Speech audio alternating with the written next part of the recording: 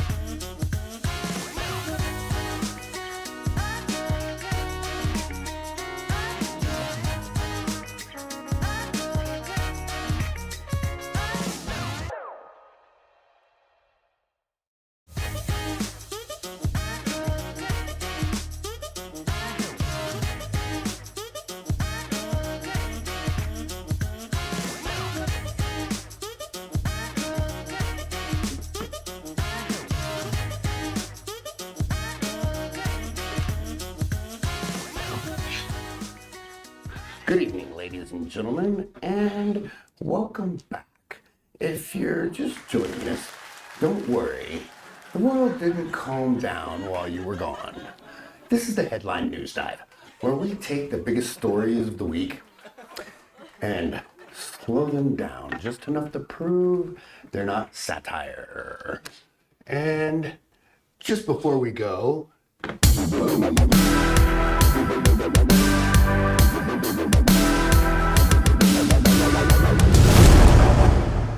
News dive. I can't believe that just happened. Damn, that's gnarly, bro. And if this already feels like a lot, hit subscribe now. And denial is easier when you're part of the group. So, Chris. Yeah. Optimism expired overnight. All right. So let's start with oil and escalation, because that's always where things get calm and reasonable. Former President Trump declares a naval blockade on Venezuelan oil tankers and labels the Maduro regime a terrorist entity. That's not campaign rhetoric. That's ships, trade routes, and market panic. Oil prices react immediately because they remember what blockades mean, and suddenly the Caribbean feels less like a vacation and more like a pressure cooker.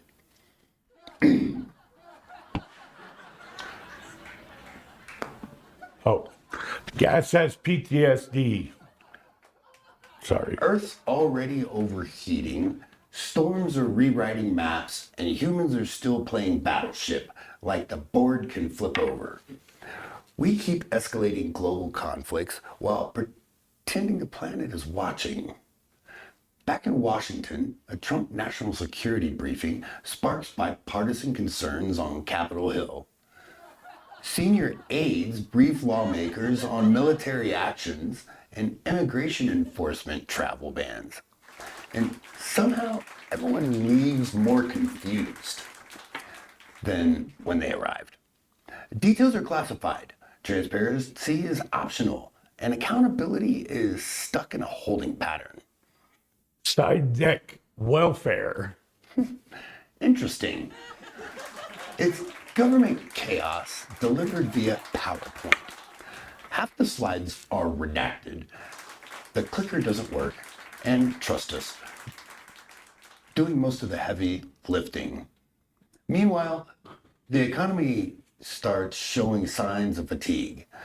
New data shows manufacturing and services slowing as inflation and tariffs continue squeezing consumers. Holiday spending softens, recession fears creep back in, and officials describe the situation as cooling, which is economist for please stop asking follow-up questions. Damn it. Cooling like a fever. A hot one, baby. Unemployment rises both in US and in the UK. Jobs disappear, interest rate cuts get floated, and workers are told to stay patient, which is impressive because patience doesn't ever cover rent or groceries. Inflation never clocked out, sorry. Zoom out, and instability is everywhere. Asia, Europe, Latin America, trade disputes, elections, sanctions, ceasefires that feel more like pauses than peace. No single explosion, just everything, vibrating at once like a system begging to be unplugged. Humanitarian systems weaken as funding drops. More displacement, fewer safety nets, donor fatigue setting in. We break the world, lose the receipt, and then argue about it, responsibly while people sleep in tents. Oil tensions flare again as Venezuela accuses Caribbean neighbors of cooperating with U.S. seizures. Regional spillover risks rise. Pirate economics, modern edition. No eye patches, just press conferences. And the Ukraine.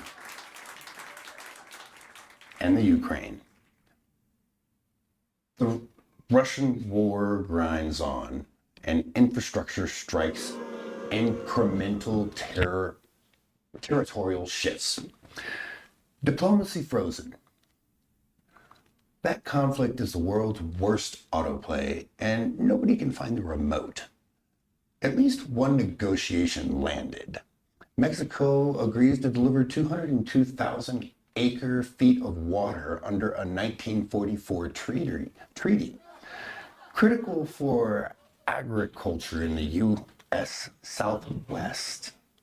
So they can grow more stuff and then, I guess, pick it. I don't know. I'm confused.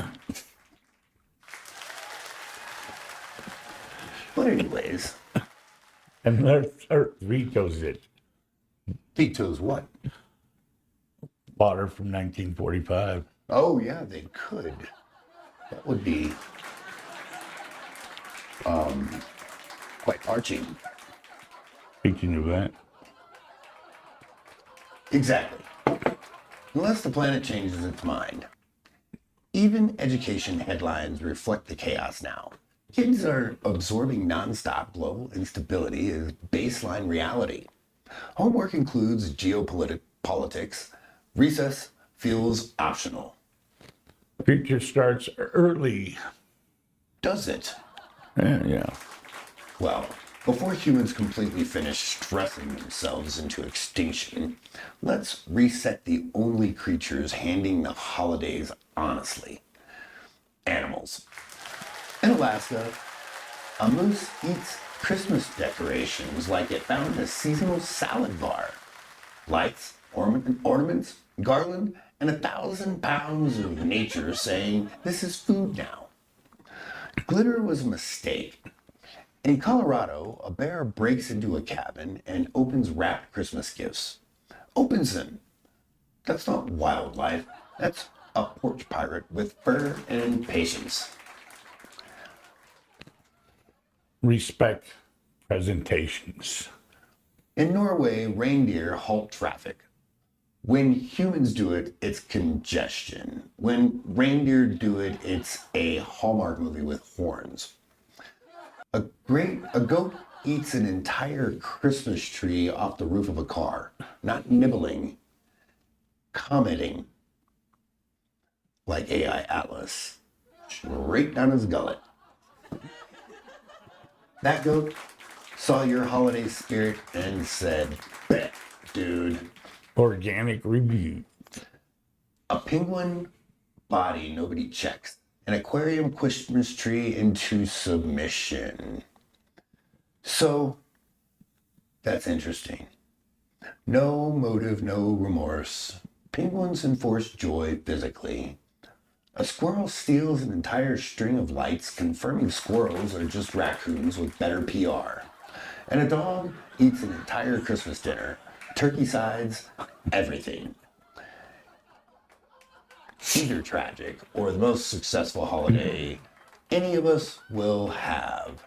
An owl gets tangled in Christmas tree netting, the only one who tried to opt out and still got dragged in. Relatable. Yeah. All right. No reset, no breath.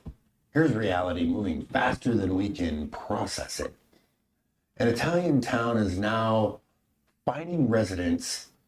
Oh, yeah. This is the quick flash lightning round. I forgot to put my full stop in there. Ladies and gentlemen, give us just a moment while I hand the remote over to Chris and we get ready to say ding ding. This is the part of the headline news dive where I take a news dive myself and hand Chris the remote. And for some reason, don't press play.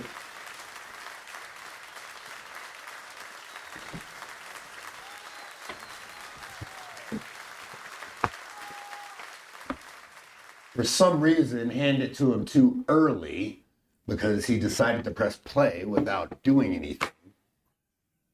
And now that he makes sense and knows what he's doing, I'll get back to the segment here. So, now that we've gone through all of that, for no reason, ding fucking ding. An Italian town is now fining residents for leaving Christmas decorations up too long because they are apparently in 2025 the real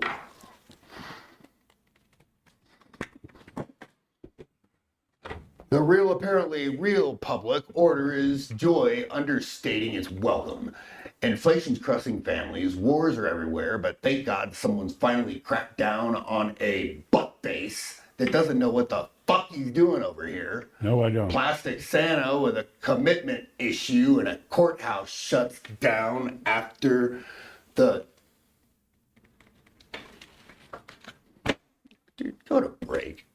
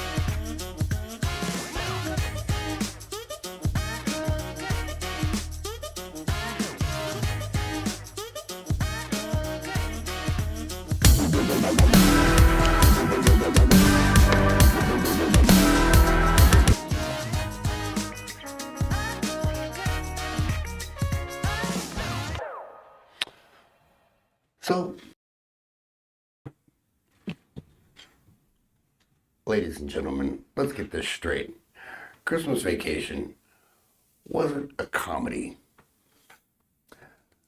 It was training videos we ignored. Clark Griswold wasn't spiraling because he was unlucky. He spiraled because he believed Christmas was supposed to work. And that's the mistake every adult makes every December. Thinking this system can handle joy. So let's count it down.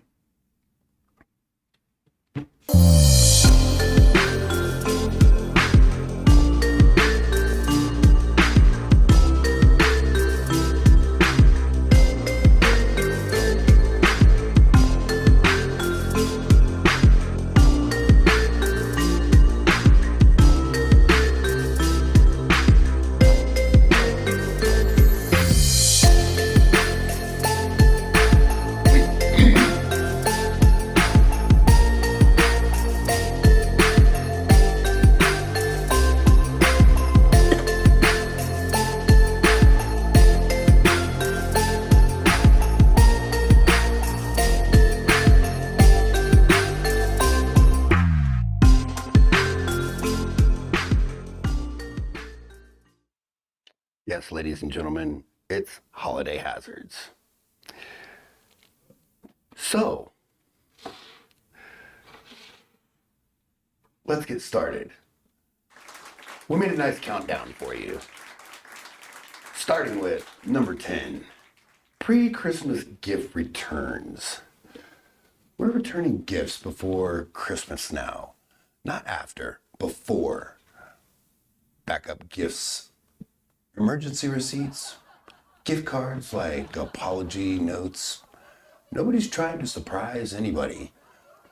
We're trying to avoid silence. That's not shopping, that's hostage negotiations. All right. If you think pre-returning gifts saves Christmas morning gifts reaction fails. That's number 3. So number 3 is Christmas morning gifts reaction fails. And Chris got it right. He nailed it right on the Christmas head. And they pause after, you know the people, the ones that pause after they open a gift. That's the truth escaping. Kids blinking, adults smiling like the Wi-Fi cut out. Everyone doing internal math. Can I exchange this without hurting feelings? That silence lasts for longer than most marriages. And if you think disappointment ends once, the wrapping paper gone. Number 8, Airbnb holiday rental failures. You book a cozy winter retreat. Heat dies, host vanishes, customer support needs prayers. Now you're learning HVAC basics and socks. Cozy just means legally inhabitable. And if you think leaving the house will calm things down, number 7, holiday shopping, parking lot fights, my favorite. Peace on Earth officially ends in the Target parking lot. Grown adults circling like sharks for a spot, honking like it's the constitutional right. Police showing up over toys made for children. Nothing says season of the giving like a vehicular rage. And if you think shopping is a part of the wait until travel. All right, we're gonna wait until travel. This is my second favorite. So, number 6, TSA staffing shortages and line collapses. Shoes off, belt gone, bag searched, flight missed. Anyways, you move 6 inches every 10 minutes while your boarding time evaporates in real time. Security theater starring you crying. And if you think that's the worst part of lying, Flying. Number 5, airline quiet. Delaying flights. I don't know why they do that, but they do. Right on time, too. Airlines don't cancel flights, they slowly kill them. 10-minute delays stacked like pancakes. Crew availability. You're not traveling, you're being emotionally prepared for disappointment. they don't ground planes, they ground hope. And if you think delays are bad, add weather. Number 4, early winter storm travel traps. Into a residency, snow turns visits into standoffs. Roads close, flights vanish. The quick trip quietly upgrades. Congrats. You live here now. And if you think staying longer won't hurt, Number 3, weather forced extended family stays. Emergency services stay put. They don't mention how fast politeness expires indoors. Small talk rots, old arguments thaw, the couch becomes parole. I've seen prisons documentaries where better exits and with better exits. And if you think family tensions peaks there, Number 2, Christmas dinner political blow-ups. One drink, one comment. Suddenly global conflicts are being debated over mashed potatoes. Someone's yelling, someone's crying, someone's trying to pass the gravy without eye contact. the table needs a referee and a fire extinguisher. And if you think the chaos stays indoors, We finally get to number 1. Finally. Number 1, holiday stress-induced public meltdowns. Airports, stores, highways, everyone's inconvenience stays from snapping stress. Money, crowds, deadlines, all compressed into one jiggling month. Christmas doesn't make crazy, it removes the filter. Speaking of filter, seasonal affective disorder. with Wi-Fi. So, Oh, that being said, Clark Griswold wasn't unlucky. He wasn't the holiday. He wasn't early. This is the holiday season. It's a pressure test for adults with bills, families, and diminishing patience. If you're exhausted, irritated, and questioning humanity, congratulations, you're paying attention.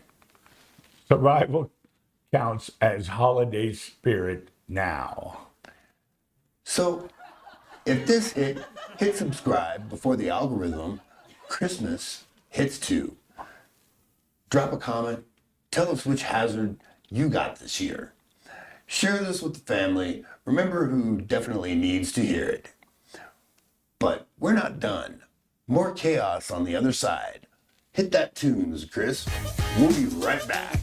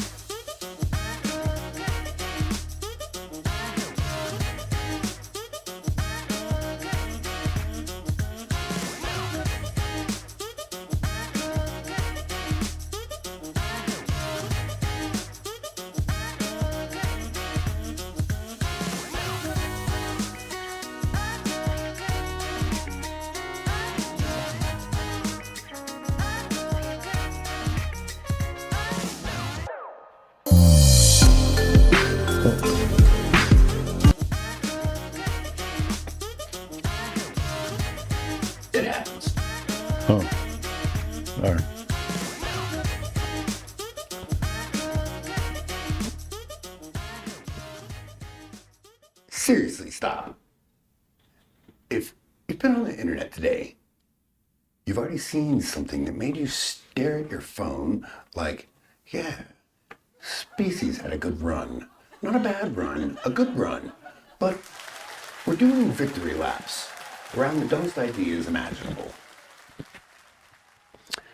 Deadpan. I checked, we peaked at a dial-up. Welcome to the turn, where the internet didn't break, it got exactly what it wanted. Faster dopamine, lower standards, louder idiots.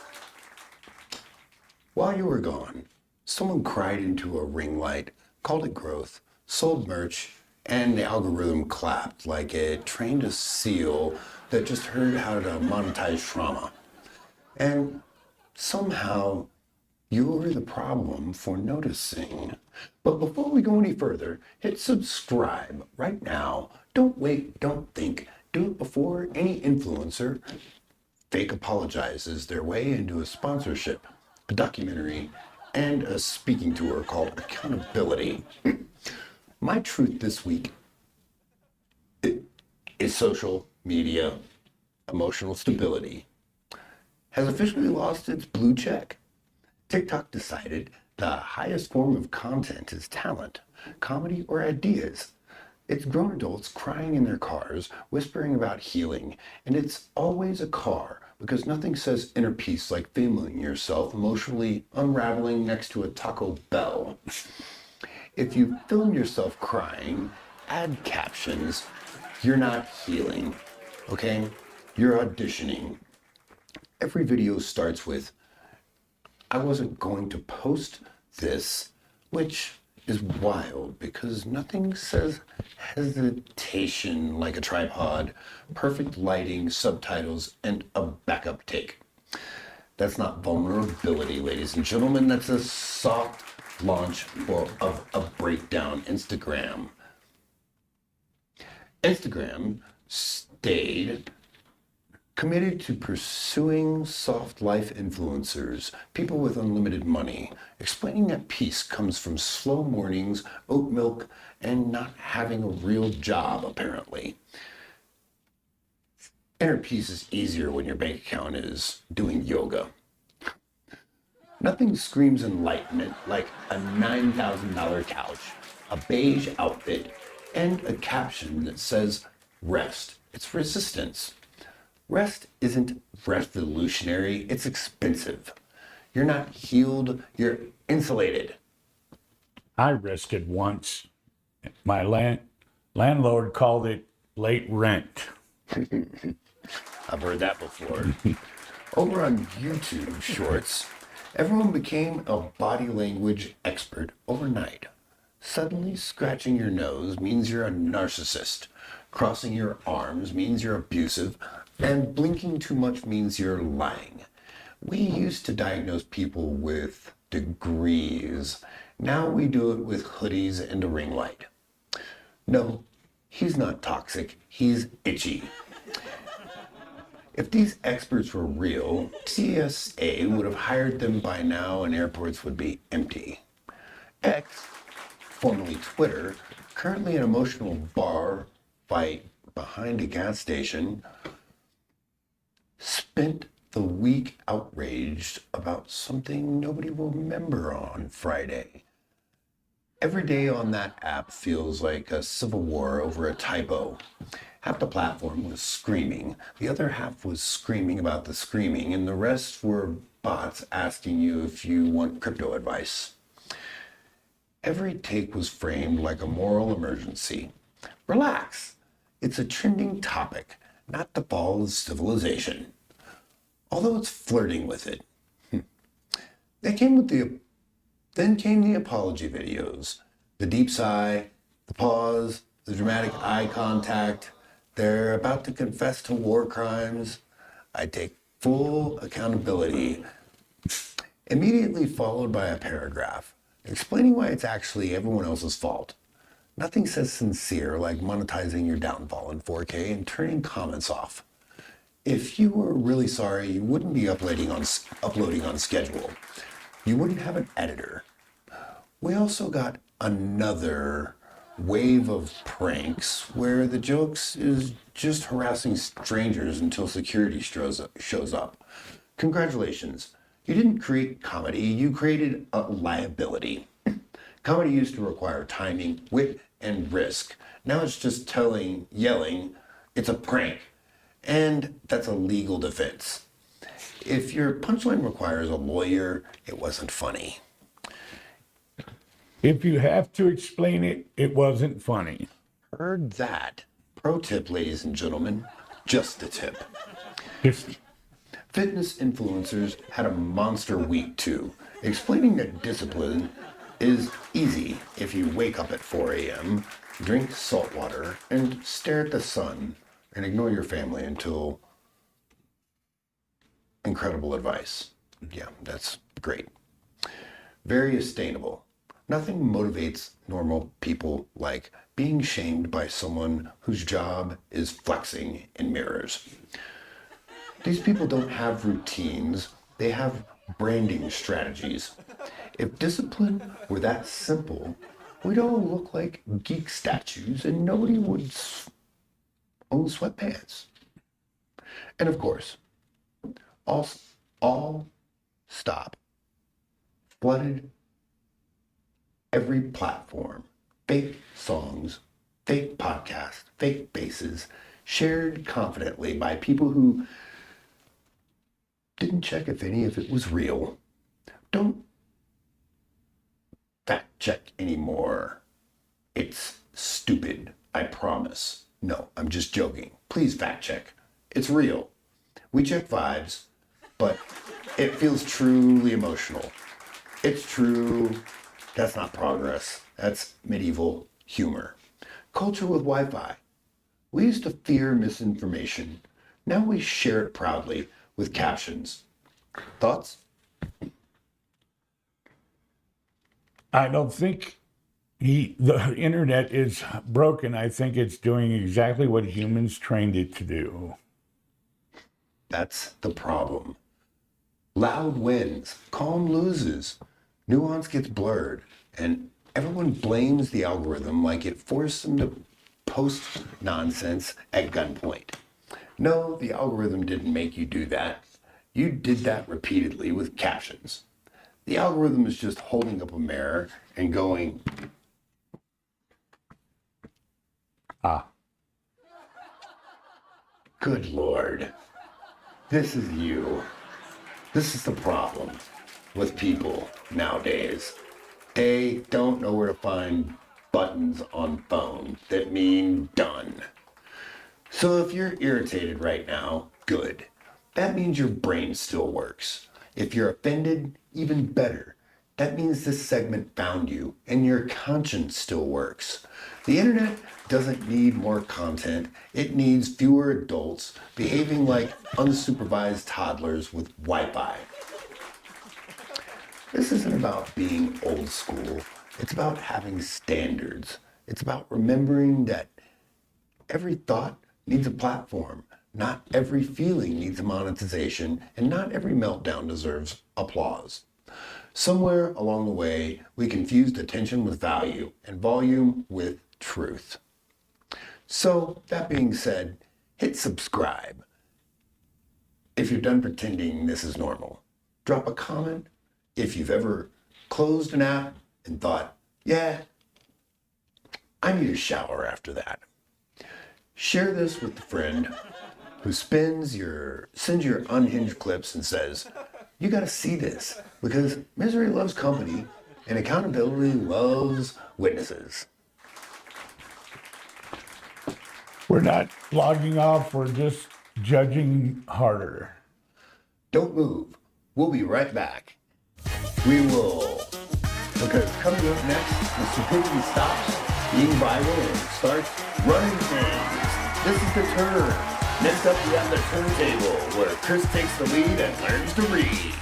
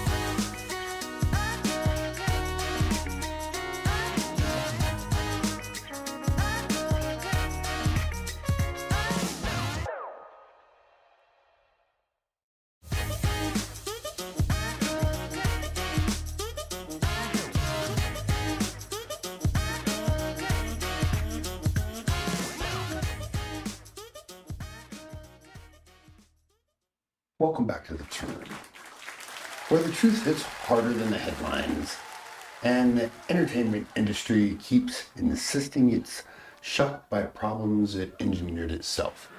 All right, reset your expectations. This isn't a celebrity fluff. This isn't fan gossip. This is the part of the show where pop cultures collide and reality and loses its impact. Let's head into it. All right, welcome to the turntable. This is where music, movies, and celebrity culture stop pretending they're harmless. Distractions start showing their teeth, and this week, there is no easy info into the headlines. One story swallowed the entire entertainment news cycle, and I didn't come with a soundtrack or a red carpet. Let's start here. The Rob Reiner family case dominated entertainment news this week. Every major network, every scroll, every feed, same name, same footage, some urgent tone. Same urgent tone, sorry. And notice how fast it stopped being reported like news and started being treated like an event. Panels before clarity, speculations before restraint, everyone racing to frame the story before its facts. Loading. What happened? Oh, sorry. This wasn't quite quiet coverage. This wasn't measured coverage. This was a tragedy turned into programming. Legacy talk started immediately. Political angles crept in. Hot takes were rolling before anyone stopped to ask whether maybe, just maybe, this didn't need to be a countdown clock. Because modern media doesn't ask, is this ready?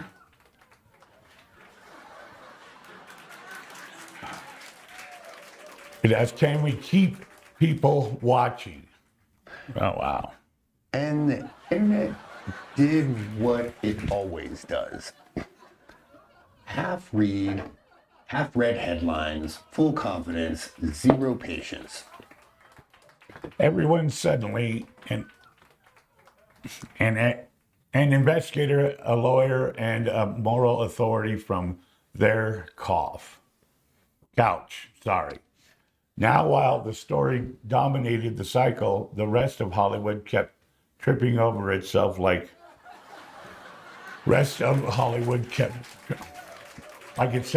nothing happened. Right on cue. California rolled out expanded tax incentives to keep film and TV producers from fleeing the state. Hollywood's begging Hollywood not to leave Hollywood, using taxpayers' money.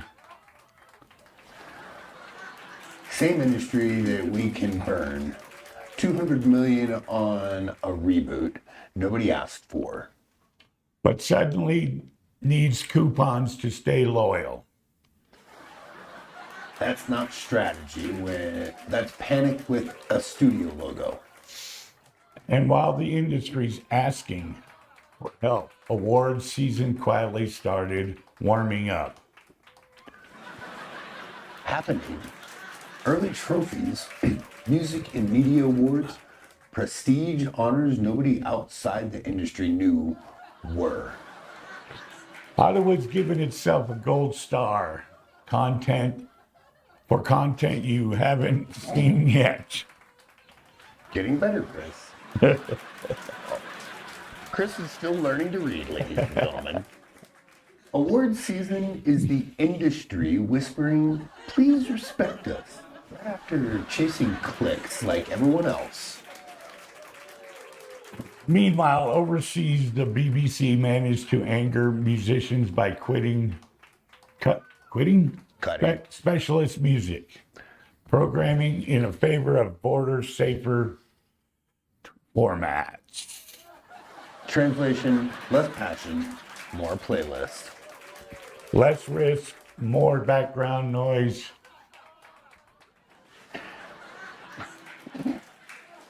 Same story everywhere. Culture flattened, edges sanded down, everything optimized for engagement instead of meaning. So stack it all together, and a real tragedy becomes nonstop content. An industry addicted to attention can't stop refreshing. And the art of keeps getting treated like a data point. Sorry. Hollywood doesn't ask, should we? It asks how fast we can publish this. Show business now with fewer rehearsals and more emergency graphics. And if this is how entertainment handles grief, truth, money, and responsibility, Then imagine how the rest of the society is doing. spoiler alert, not great. Because after the break, we're done with Hollywood. Okay. And heading straight into Wednesday's What the Bleep, where the systems, the people, and the common sense officially fall apart. Stay with us. It only gets worse from here. Cue the music, Chris. We'll be back in 1 minute, ladies and gentlemen. Stay here with us. This is The Turn, and we're here with you. Don't forget to hit that subscribe button, like, share, all that stuff. The more you like it, the more people will come see us while we're live. That's what we want. We're here. We'll be back in 1 minute.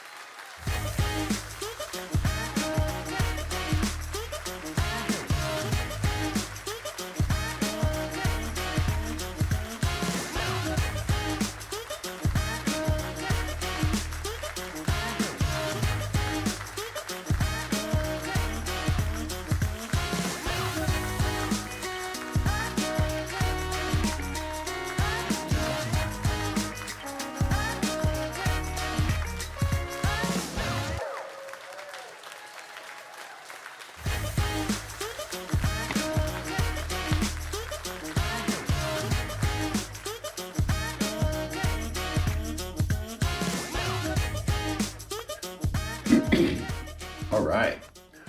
Welcome back to The Turn, where the headlines don't calm down, the takes don't age well, and reality keeps filling HR complaints against humanity. All right. It's time for Wednesdays What the Flip? The part of the show where people stop pretending this is a one-off problem and admit something in society is fundamentally broken this week. No headlines, no lists, just one thing that made everyone collectively lose their damn minds. And this week, it's not a scandal, it's not a clip, it's not even a politician. It's why we're polarized in the first place. All right, let's get started. And let's say this plainly because everyone keeps dancing around it. This is why we are polarized. We are polarized because we are no longer arguing inside the same reality. We're not disagreeing on opinions. We're disagreeing on what the hell liberal democracy even is anymore.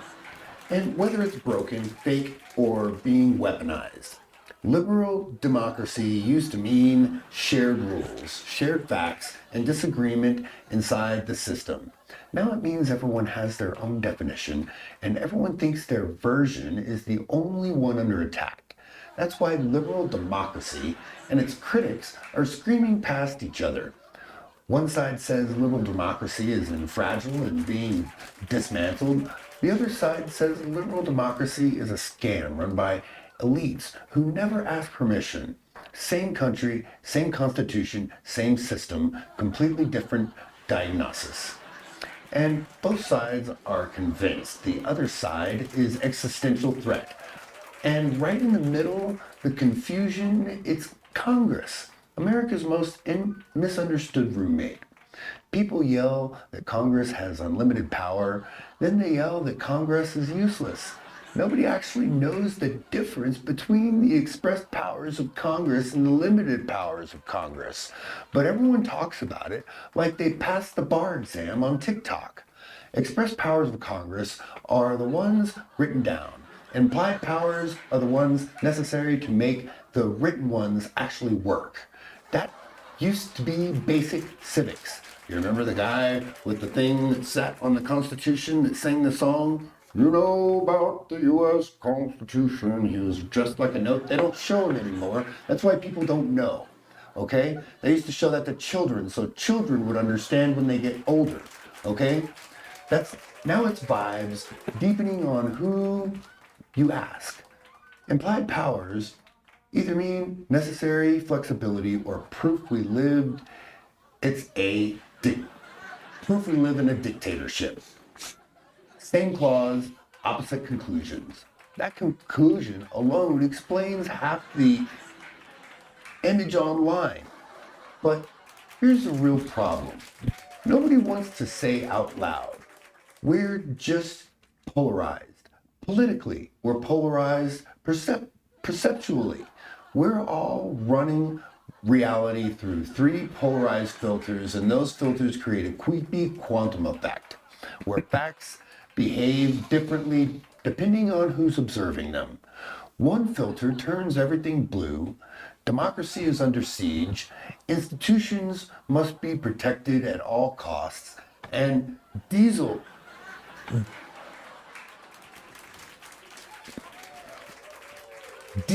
feels dangerous. Another filter turns everything red. Institutions are corrupt, power is illegitimate, and democracy feels like a costume party for control. Then there's the third filter, the creepy one, the one that makes people stop believing in anything at all. That filter says nothing is real. Everyone's lying. Truth is subjective, and the loudest voice wins. Same event, same law, same vote in Congress, 3 completely different realities. Political quantum mechanics. The moment you observe the system through your filter, the outcome collapses through the version you already believe.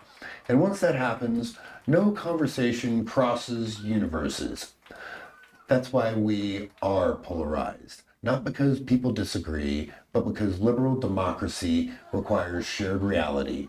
And we replaced it with algorithm-fed perception.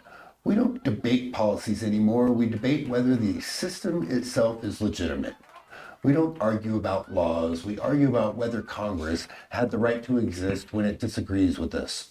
We want democracy, but only when it produces our outcome. We want checks and balances, but only the other side. We want the expressed powers enforced, the implied powers ignored, or the implied powers expanded and the expressed ones reinterpreted, depending on whose team benefits that week. And the critics of liberal democracy are thriving in that chaos because confusion wakes the system faster than opposition ever could. When nobody agrees on what democracy is, every loss feels like theft, and every win feels like temporary. So no, this isn't left versus right anymore. It's reality versus distortion, physics versus vibes, governance versus performance art. And until people take off the least one of those polarizing filters, this creepy quantum effect keeps running the country. That's Wednesday's What the Flip? And now, let's take this straight into the closing segment, because if we don't laugh at how broken this feels, we're just gonna keep yelling into 3 different realities like that's working. You know what always gets me at the end of these episodes It's not the chaos, it's not the headlines, it's not even the fact that every week feels like the universe spun a wheel labeled, let's see how much humans can handle. It's now predictable. It is in all of us. We just spent an entire episode watching people argue past each other, scream into their preferred echo chambers, and treat basic reality like it's a term of service agreement nobody actually read. Everyone's convinced their side is the reasonable one. Their outrage is justified, and their version of events is the only one that counts. And yet, somehow, we're all reacting to the same damn world. Same economy, same technology, same headlines, same distractions, same slow motion train wreck we keep calling normal.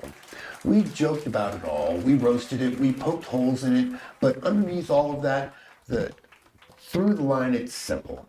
People don't want truth anymore. They want validation with better lighting.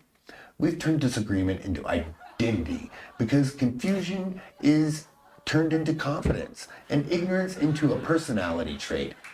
Everyone's loud, nobody's listening, and somehow the people asking the fewest questions are the most certain they're right. That's the real punchline, because while we're busy fighting over which side is worse, the bigger problem keeps skating right past us, unchecked, unchallenged, and very comfortable with the chaos. History doesn't collapse with a bang. It collapses with applause from people who think they're winning. So if tonight felt uncomfortable, good. That means something still works, like maybe your conscience. This show isn't here to tell you what to think. It's here to remind you to think of it all, especially when the noise is loud, the narratives are clean, and the answers are pre-packaged. Certainty is easy. Honesty takes work. If this episode hit, share it with someone who disagrees with you, not to argue, just to compare notes. If you laughed, hit like. If you thought, subscribe. And if you're tired of being talked at instead of talked to, you're in the right place. This is the turn, where we don't spin the chaos, we point at it. Name it, and let you decide what to do next. We will see you next time. Thank you very much. Anybody who watched, anybody who spent their time here with Robert Steele and Metal Chris. we love you guys. Good Thanks. night.